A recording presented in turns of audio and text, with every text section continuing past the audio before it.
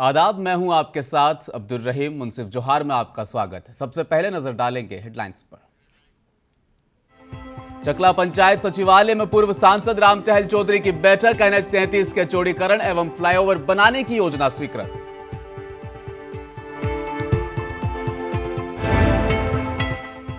हजारीबाग बस हादसे में मारे गए सिख समुदाय के 8 जत्थेदारों को मुआवजा। सीएम हेमंत सोरेन ने स्वीकृत की राशि।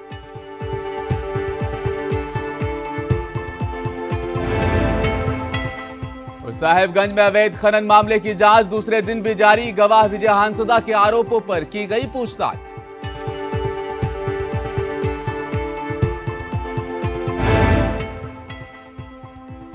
गायक सलमान अली की परफॉर्मेंस के साथ राजगीर महोत्सव समाप्त। 3 दिन तक होती रही मनोरंजक प्रस्तुतियां।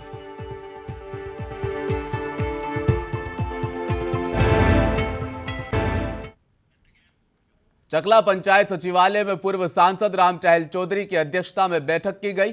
राष्ट्रीय राजमार्ग 33 में समस्याएं उत्पन्न हुई है, उसमें विस्तार पूर्वक इस मुद्दे पर चर्चा की गई। राष्ट्रीय राजमार्ग 33 के चौड़ीकरण एवं फ्लाईओवर बनाने की योजना स्वीकृत की गई, परंतु यह कार्य हो जाने से ब्लॉक चौक के सभी व्यवसायिक वर्ग को भारी नुकसान होने का संदेश जताया जा रहा है। इसे रोकथाम के लिए व्यवसायिक संघ के द्वारा सर्वदलीय बैठक आयोजित की गई। बैठक में विभिन्न जनप्रतिनिधियों एवं नेताओं ने अपने अपने विचार व्यक्त किए और सर्वसहमति से एक फैसला लिया गया। सही बात है, क्योंकि हम लोग डिमांड कर रहे हैं कि सब जगह सिंगल पिलर पर फ्लाईओवर बना है। तो उस समय सिंगल पिलर पर बनेगा तो जो बेरोजगार हो गए हैं, जो छोटा मोटा व्यापार करते हैं, वो जिंदा रहेंगे। तो सारे लोग मर जाएंगे अगर दोनों तरफ से घेर देंगे। और सिंगल पिलर रहेगा तो फिर वो खुला रहेगा। 4 गुना मुआवजा मिले। दूसरा है कि यहाँ पे बेक्ड फ्लाईओवर ना बन करके पिलर पे फ्लाईओवर बने। और यहाँ पे जो नुकसान हो रहा है, जैसे कहा जा रहा है कि यहाँ पे मंदिर भी प्रभावित होगा। मैं आग्रह करूंगा कि कहीं आप अन्यत्र मंदिर के लिए जगह दें। और जो अगर हमारे अंचल कार्यालय में भी शायद मुझे लग रहा है कि कुछ दूरी तक इनको भी अधिग्रहण किया जाएगा। दूसरा और एक अवैध खनन और मनी लॉन्ड्रिंग मामले की जांच कर रही ईडी की 3 सदस्यीय team assistant director Devvrat Jha के नेतृत्व में शुक्रवार को Pune Kahalgaon NTPC rest house से साहिबगंज पहुंची। ईडी की टीम कोर्ट से मिले विजय हांसदा के रिमांड के साथ सीधे सुबह लगभग 11:50 पर मंडलकारा पहुंची, जहां ईडी ने अवैध खनन के गवाह विजय हांसदा से उसके दावे और साहिबगंज पुलिस पर लगाए गए आरोपों सहित अन्य बिंदुओं पर लगभग 3 घंटे तक जानकारी हासिल की। वहीं एडवोकेट के साथ 2 सदस्यीय टीम राजमहल कोर्ट पहुंची, जहां से ईडी ने केस से संबंधित कई महत्वपूर्ण दस्तावेज भी इकट्ठा किए।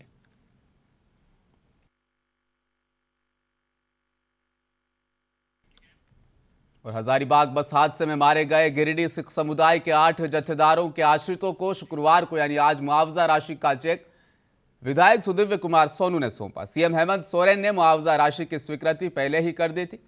स्वीकृति मिलने के बाद 8 मृतकों के परिजनों को 4-4 लाख रुपए राशि का चेक सौंपा गया। तो वहीं बस हादसे में गंभीर और मामूली रूप से जख्मी हुए करीब 45 घायलों को 50 और 25,000 राशि का चेक मुआवजे के तौर पर दिया गया। इस मौके पर सदर विधायक ने कहा कि राज्य के इतिहास में ऐसा पहली बार हुआ है कि इतने बड़े पैमाने पर राज्य सरकार द्वारा मुआवजा राशि प्रदान की गई है।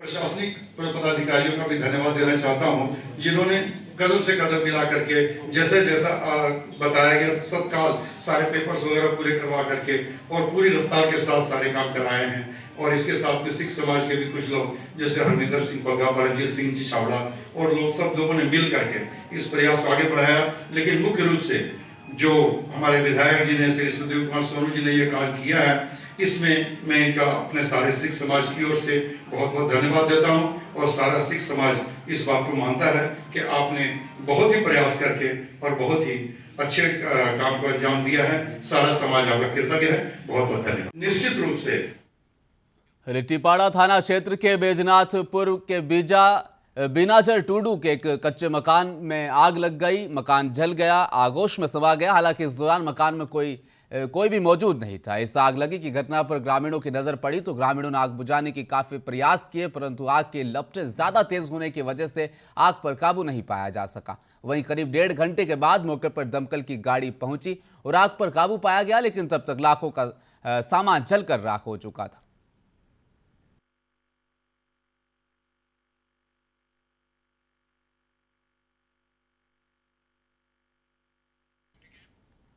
सरायकेला जिले के कपाली ओपी क्षेत्र अंतर्गत अलकबीर रोड में दोपहर एक तेज गति से आ रहे अनियंत्रित अवैध बालू से लदे ट्रैक्टर ने बाइक सवार को टक्कर मार दी, जिससे बाइक सवार गंभीर रूप से जख्मी हो गया। घटना से आक्रोशित लोगों ने सड़क जाम कर विरोध प्रदर्शन किया।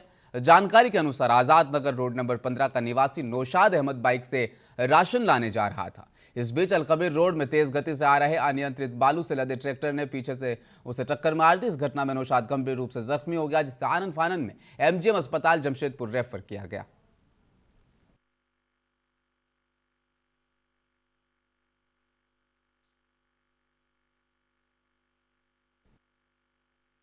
कपाली ओपी क्षेत्र अंतर्गत रोड नंबर 15 में एक व्यक्ति बाइक से जा रहे थे।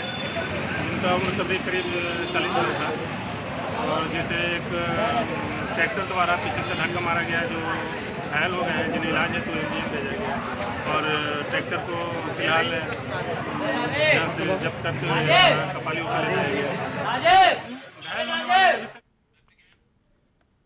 लोहरदगा आईजी ने बक्सीडीपा स्थित न्यू पुलिस लाइन का निरीक्षण करते हुए स्थानीय पुलिस की समस्याओं से वो रूबरू हुए। इससे पूर्व आईजी पंकज कंबोज द्वारा एसपी कार्यालय का विजिट किया गया था। बक्सीडीपा स्थित न्यू पुलिस लाइन का निरीक्षण कर आईजी पंकज कंबोज द्वारा पुलिस की समस्याएं भी सुनी गई। पुलिस अधिकारियों एवं जवानों ने आईजी के समीप अपनी समस्या रखते हुए बताया कि बिजली, पानी, जनरेटर, जीप, कटौती, बीमा, पेंशन तथा पंचायत चुनाव के दौरान भत्ता नहीं मिलने की बहुत सारी समस्याएं उन्हें बताई। आईजी ने एक एक पुलिस पदाधिकारी की समस्या सुनी और जल्द निदान करने का आश्वासन दिया।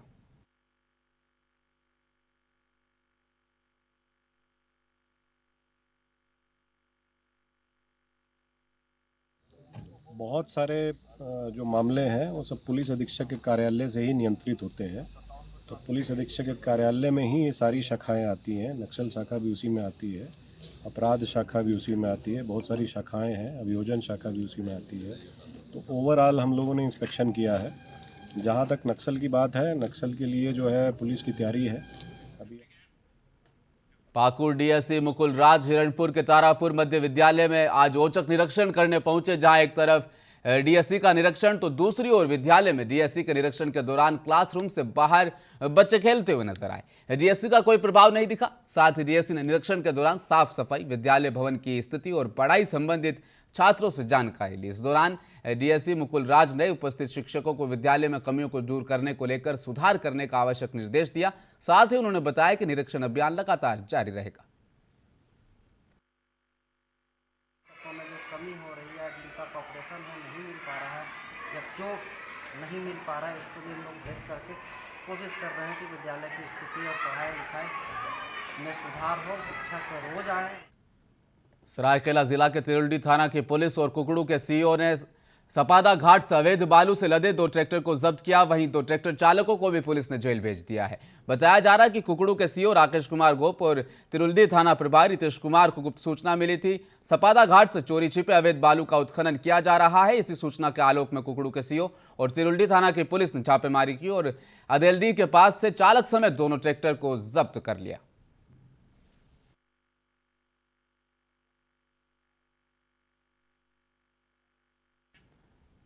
देश के पूर्व राष्ट्रपति रामनाथ कोविंद आज गया अंतर्राष्ट्रीय हवाई अड्डा पहुंचे। उसके बाद सड़क मार्ग से सीधे बोधगया स्थित विश्व धरोहर महाबोधि मंदिर पहुंचे, जहां मंदिर के गर्भगृह में उन्होंने भगवान बुद्ध के दर्शन किए। इसके बाद पवित्र बोधि वृक्ष का भी उन्होंने दर्शन किया। इस दौरान वे बोधगया में चल रहे 17वें अंतर्राष्ट्रीय त्रिपिटक समारोह में भी शामिल हुए।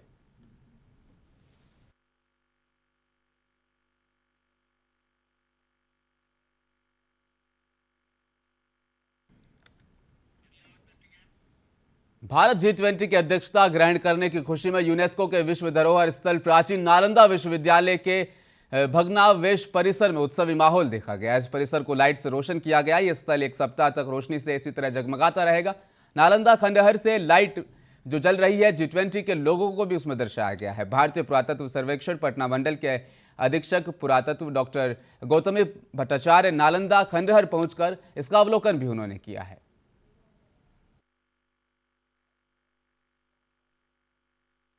रहा है और आज भी इनके देखने से अतीत का पता चलता है कि कितना सुदृढ़ ज्ञान का जगत था ये। G20 से विश्व में क्या संदेश दिया गया? विश्व गुरु में अध्यक्षता करना ये गौरव की बात है। राजगीर महोत्सव के तीसरे और अंतिम दिन इंडियन आइडल के विजेता गायक सलमान अली ने अपने गानों से खूब धमाल मचाई। भोजपुरी और पंजाबी गानों को प्रस्तुत कर लोगों को झूमने पर मजबूर कर दिया। सभी लोग अपने अपने मोबाइल में उनकी इन सुनहरी यादों को कैद करते हुए नजर आए। कार्यक्रम की शुरुआत पटना के निनाद ग्रुप के नीलम चौधरी के कथक नृत्य से हुई। इसके बाद लोक गायक उषा कुमारी ने भोजपुरी और लोकगीतों की प्रस्तुति दी। 3 दिनों तक चले इस महोत्सव के दौरान लोगों ने जमकर लुत्फ उठाया।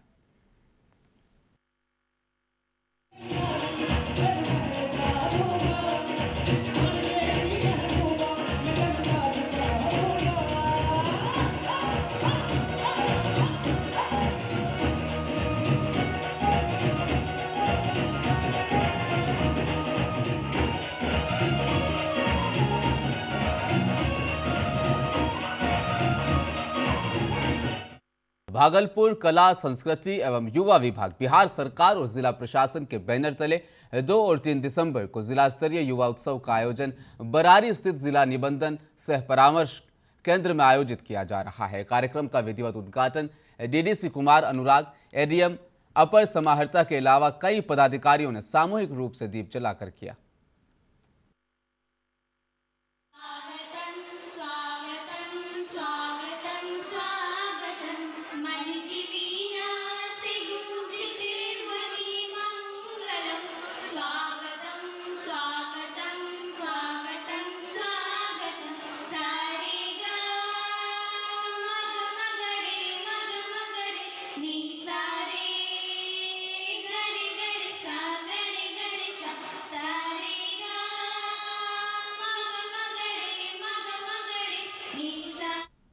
देश के प्रधानमंत्री नरेंद्र मोदी के द्वारा देश में डिजिटल इंडिया के तहत कई कार्य किए जा रहे हैं। वहीं बैंक भी अब लगातार डिजिटल इंडिया के तहत कार्य में लगा हुआ है। इसी दौरान आज पंजाब नेशनल बैंक की मुख्य शाखा में ओटीएस सेवा की शुरुआत की गई। कार्यक्रम का उद्घाटन पंजाब नेशनल बैंक के सहायक महाप्रबंधक के द्वारा हरी झंडी दिखाकर ओटीएस सेवा की शुरुआत की गई, जिसमें लाभुकों को मोबाइल बैंकिंग के तहत 10 लाख तक के लोन मोबाइल बैंकिंग के तहत तुरंत दिए जाएंगे।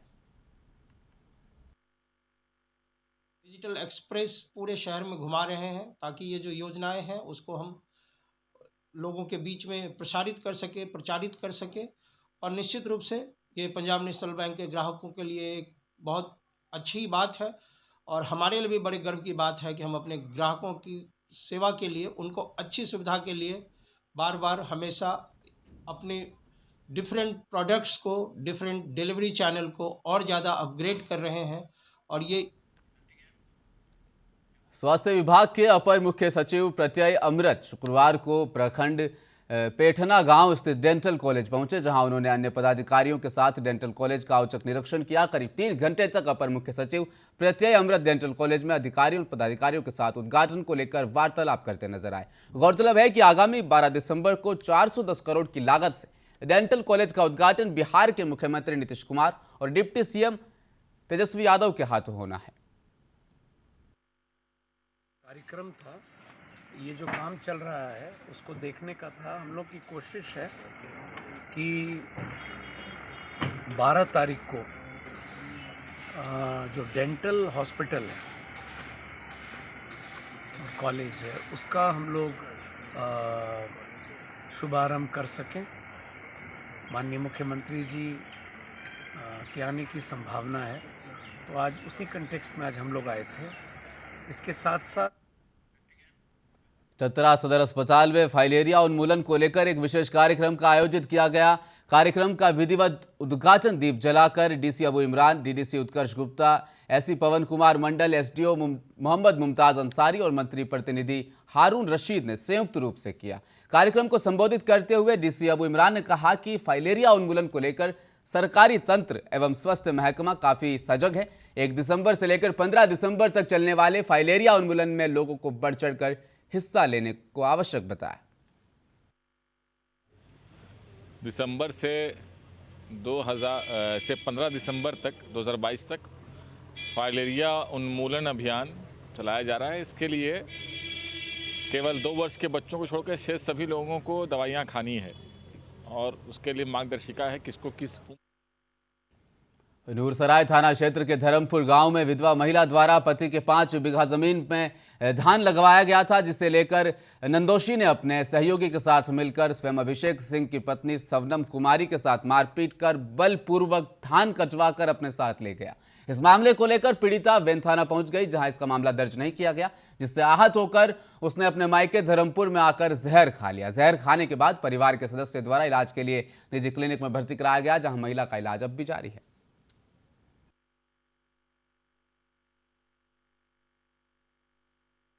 हम धान रोपे थे, हम एक विधवा औरत हैं, धान रोपे थे अपना पति का संपत्ति में गांव पे। तो गए वहाँ पे आज धान कटवाने के लिए। कहाँ गई थी? बकतमल बिहा। कहाँ पड़ता है, कौन थाना में पड़ता है? बेन थाना में। अच्छा, तो वहाँ गए तो वहाँ पे आया हुआ था नंदोशी 15-20 जन से। क्या नाम है नंदोशी का? मुकेश कुमार। अच्छा, उसके बाद क्या हुआ तुम्हारे साथ? वहाँ पे मारपीट करने लगा और बोलने लगा कि जाओ नहीं तो फिर जान से मार देंगे। तो वहाँ पर से भागे भागे गए बेन थाना। अच्छा।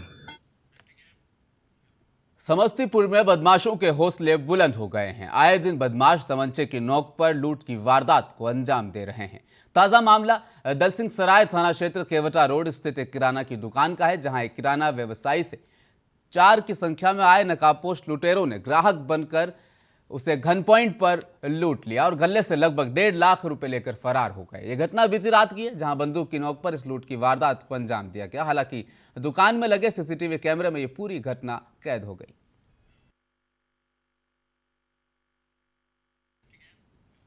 और एक बड़ी खबर नालंदा जिले से आ रही है, जहां पशु चारा खाने से 52 पशुओं की हालत अचानक खराब हो गई। घटना नूरसराय थाना क्षेत्र इलाके के पथरोरा गांव की है, जहां अंकित घोप ने बाजार से चारा लाकर अपने पशुओं को चारा खिलाया था। चारा खिलाने के बाद अचानक 52 पशुओं की हालत बिगड़ गई, जिसमें से एक गाय और एक बछड़े की मौत हो चुकी है। चारा खाने के कुछ घंटे के बाद ही सभी पशु अचानक एक एक करके गिरने लगे। डॉक्टरों के द्वारा बाकी मवेशियों का चेकअप किया जा रहा है। आज़ाद मिल से अपना पशु आहार लाए और अपना गाय के फीड खिलाए। उससे मेरा गाय दूध दुहे, उसके बाद आए हैं खटाल देखे तो पूरा गाय मेरा गिरा हुआ है। कोई गाय पर गाय मैंने पूरा टोटल गाय गिर गया। मुंगेर से भाया भागलपुर मिर्जा चौकी तक 5,786 करोड़ की लागत से बन रहे 4 लेन के निर्माण कार्य में अब तेजी देखी जा रही है। 125 किलोमीटर 4 लेन का 100 किलोमीटर का हिस्सा भागलपुर में है। 4 पैकेज में 2 कंपनियां मोंटे कार्लो और Apco Magadh expressway private limited company निर्माण कार्य कर रही है। 4 लेन के निर्माण में सबसे बड़ी समस्या भूमि अधिग्रहण और भुगतान को लेकर थी। जिलाधिकारी सुब्रत सेन के मुताबिक भूमि अधिग्रहण की प्रक्रिया लगभग पूरी हो चुकी है। पैकेज में बहुत तेज़ गति से काम चल रहा है। इसमें हम लोगों ने इस साल जो हम लोगों के 92 मौजा है, जिसमें हम लोगों को ज़मीन अधिग्रहण करनी है, उसमें NHAI से 89 मौजों की स्वीकृति प्राप्त हुई है और सभी का दखल कब्जा हम लोगों ने NHAI को दे दिया है। और इसमें आप जो रैयतों को भुगतान का आंकड़ा देखेंगे वो भी काफ़ी अच्छा है। 500 करोड़ रुपए से ज़्यादा का भुगतान हम लोगों ने रैयतों को किया है और ये सारा डेवलपमेंट पिछले 6-8 महीने का है। तो भागलपुर नौगछिया के नारायणपुर गांव में प्रारंभिक पढ़ाई पूरी करके कुंदन ने जब शहर की ओर रुख किया तो उसके मन में एक संकल्प और दृढ़ निश्चय वाला सपना था। उस सपने को कुंदन ने साकार करके दिखाया। कुंदन की मेहनत ने उसे सफल व्यक्ति बनाकर मंजिल तक पहुंचा दिया। पहली बार BPSC की परीक्षा पास करके assistant professor in electronics and communication में चयनित हुए। जो कभी अपने वर्ग में छात्रों के मॉनिटर हुआ करते थे, अब वे सरकारी मॉनिटर बन चुके हैं। सुनते हैं कुंदन की सफलता की कहानी उन्हीं की जुबानी। आपके बगल के BPSC से 8वीं रैंक लाकर असिस्टेंट प्रोफेसर बने हैं, उसके बारे में बताइए आप। तो पढ़ाई जो है ढंग से किया, बहुत अच्छे लोग हैं बने। हमारे गांव में खुशी का माहौल है। बिरना स्टेट में हम कहते बच्चा का भविष्य बनावे और बनेगा। जो भी बच्चा पढ़े लिखेगा उसका भविष्य बनाइए। सर जी प्रोफेसर इंजीनियर है ईस्टर्न कॉलेज का। हम लोग को बहुत अच्छा लग रहा है सर, बहुत खुशी का माहौल है। कितना खुशी हो रहा है कि इन्होंने पूरे बिहार में 8वां रैंक लिया है। हमारे बेटा बहुत अच्छी के सब बाद अपने मुकाम पर पहुंचा, मुझे बहुत खुशी हो रही है। जी, मेरा नाम कुंदन कुमार है। मेरे पिताजी का नाम श्री अशोक प्रसाद सिंह और दादाजी का नाम श्री सूर्य मोहन सिंह है। मेरी प्रारंभिक शिक्षा मध्य विद्यालय बिरबन्ना स्कूल से हुई है। उसके बाद उच्च शिक्षा के लिए मैं बीटेक और एमटेक NIT। और आखिर में एक बार फिर नजर डालेंगे हेडलाइंस पर। चकला पंचायत सचिवालय में पूर्व सांसद राम चहल चौधरी की बैठक। NH-33 के चौड़ीकरण एवं फ्लाईओवर बनाने की योजना स्वीकृत।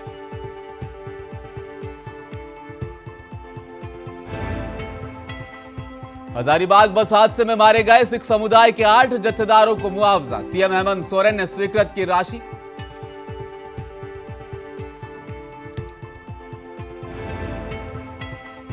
साहिबगंज में अवैध खनन मामले की जांच दूसरे दिन भी जारी। गवाह विजय हांसदा के आरोपों पर की गई आज पूछताछ।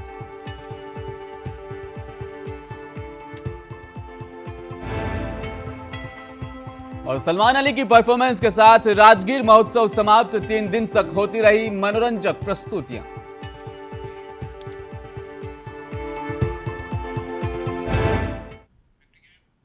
मुंसिफ जोहार में फिलहाल इतना ही। देखते रहिए मुंसिफ टीवी न्यूज में। लेता हूं आपसे इजाजत।